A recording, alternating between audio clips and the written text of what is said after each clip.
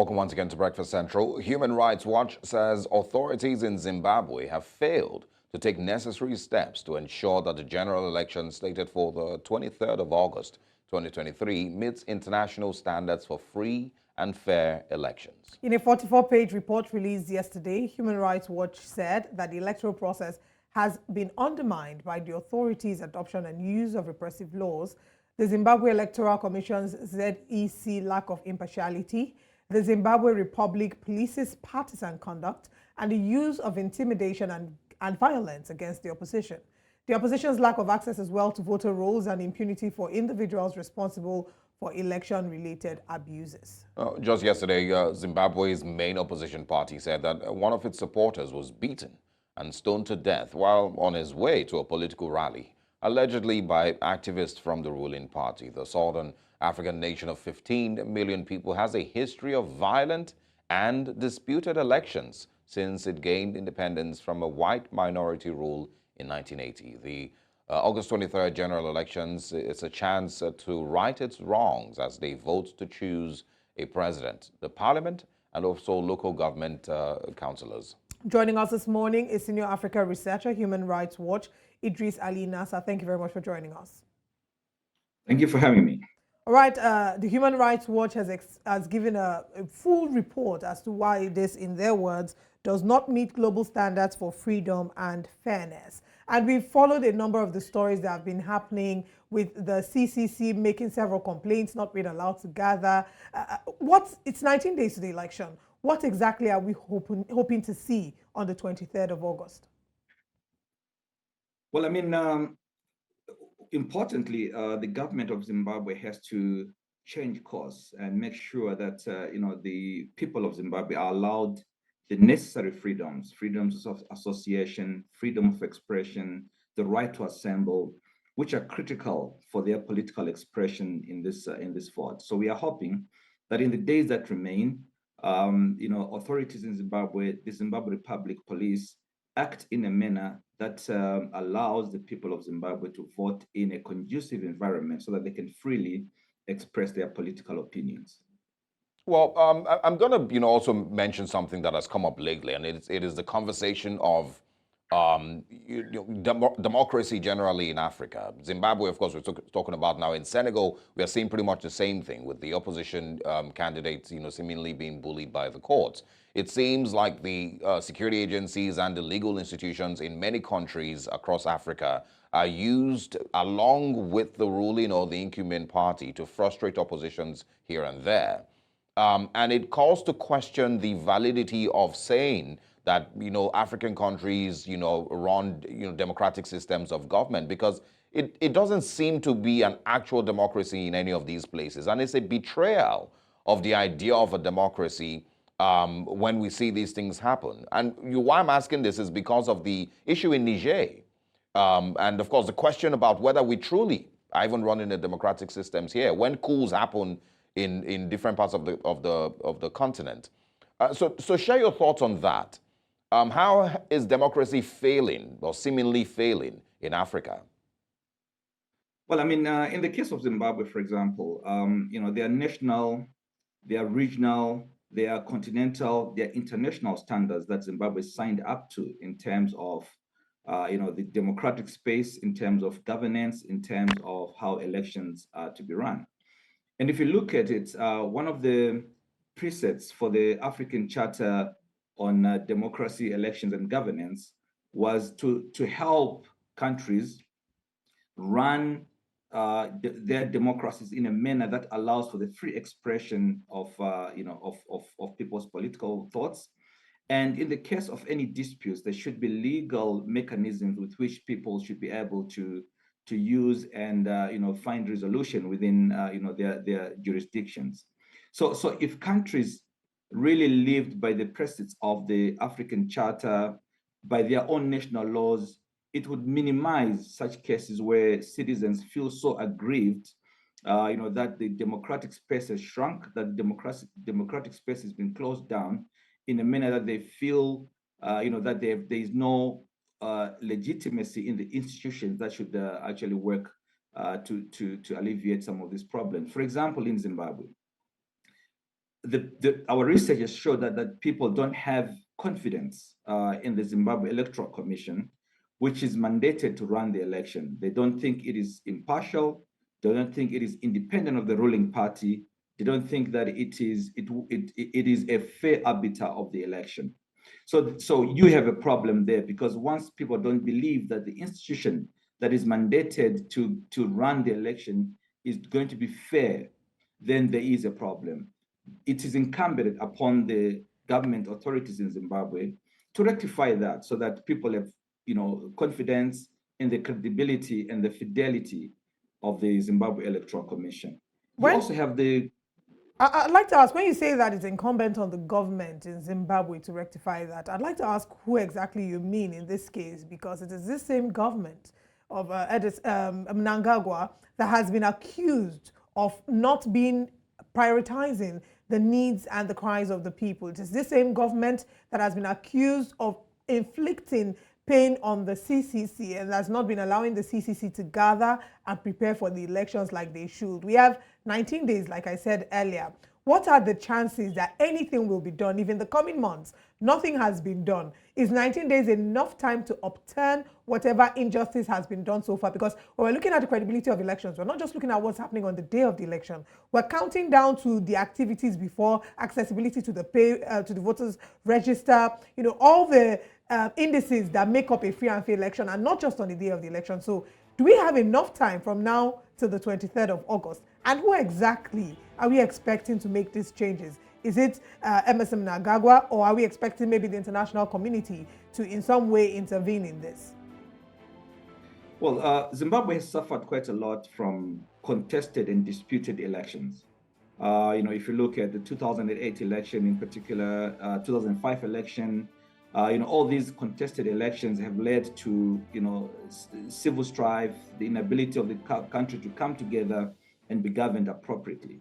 So it is only in Zimbabwe's interest, including the present government, of President Emerson Mnangagwa, to ensure that the pre-election environment is free, fair, in a way that allows the people of Zimbabwe to freely express their political choices, as well as have an outcome that is accepted by all.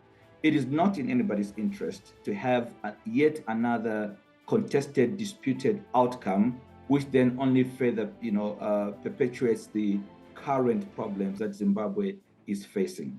So it is in the interest of the government of Zimbabwe presently to ensure that there is free expression, that the election is, is done properly, and the outcome is accepted by all. Further to your question, it is also upon the African Union member states, SADC, the Southern African Development Community, to lean upon the government of Zimbabwe to make sure that it lives up to the prescripts of the AU Charter on democracy and elections, as well as the SADC principles and guidelines on democratic elections. So it's a whole lot of the international community, especially regional and continental, AU and SADC, as well as the government of Zimbabwe itself, because it is in its own very interest that this election is run properly and the outcome is one that is accepted by all. Oh, wow. It's going to be in 23 days. Yeah? And so we're expecting that either things change or, they stay the same. What more do you think the Human Rights Watch, would like to, which other role do you think Human Rights Watch would like to play in order to, see something different in Zimbabwe's coming elections?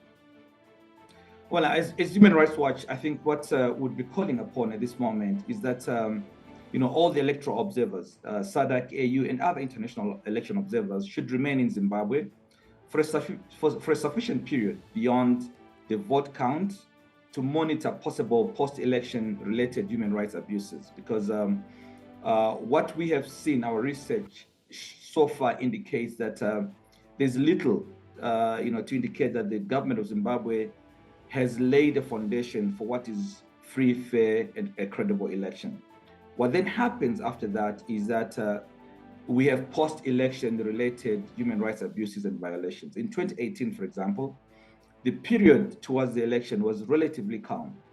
But on the day, on the 1st of August, as people were waiting for the election results to be announced in 2018, there were protests because there was a delay in announcing the election results.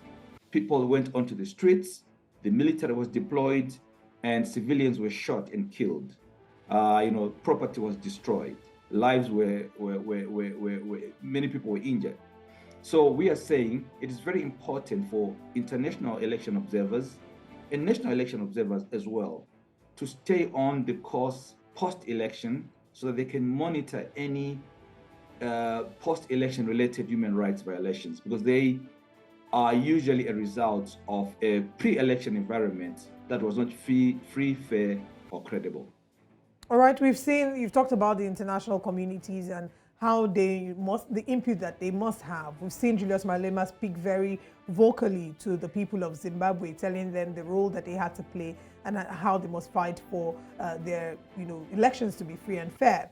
In talking about upholding the fabrics of democracy, one of which is guaranteeing free and fair and credible elections, you've made reference to the AU and the role that Sada plays. How would you say these two bodies have fared in the past years, in looking at, in upholding the democracy in Southern African countries, or countries, I beg your pardon, or countries on the African continent?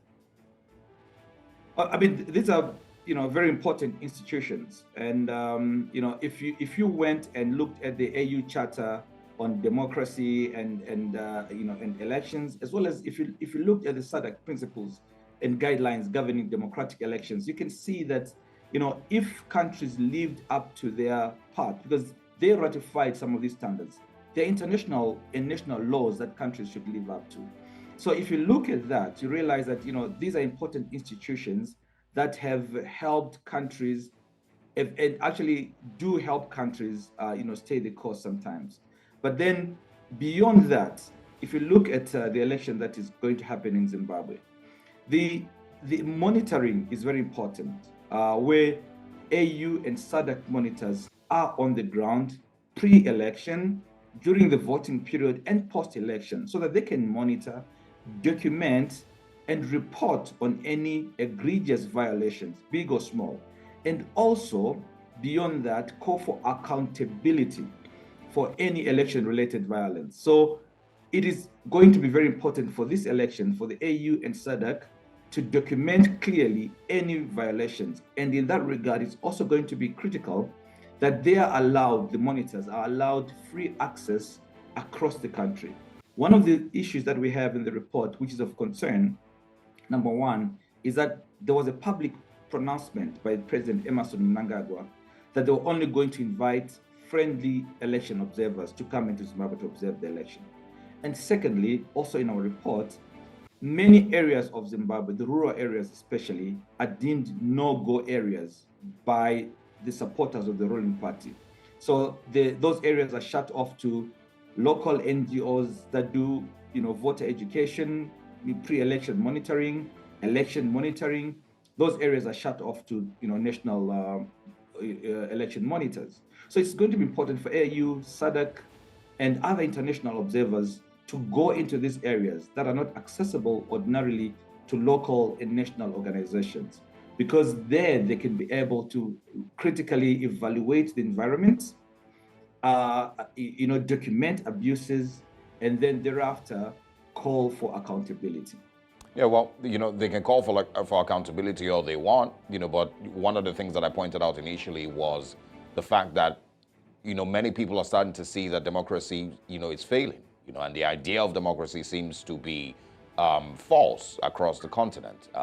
The continuous subversion of the will of the people through institutions of government that are meant to be democratic are no different, from, the only difference between them and military coups are really just, the lack of, arms and ammunition that go with, the former. So once again, they can give their reports, but just like in Nigeria, that the EU's Election Observance Committee gave its report, it doesn't seem to hold a lot of water. It doesn't seem to change much with the fact that the will of the people in many cases is still, being subverted by these institutions of government.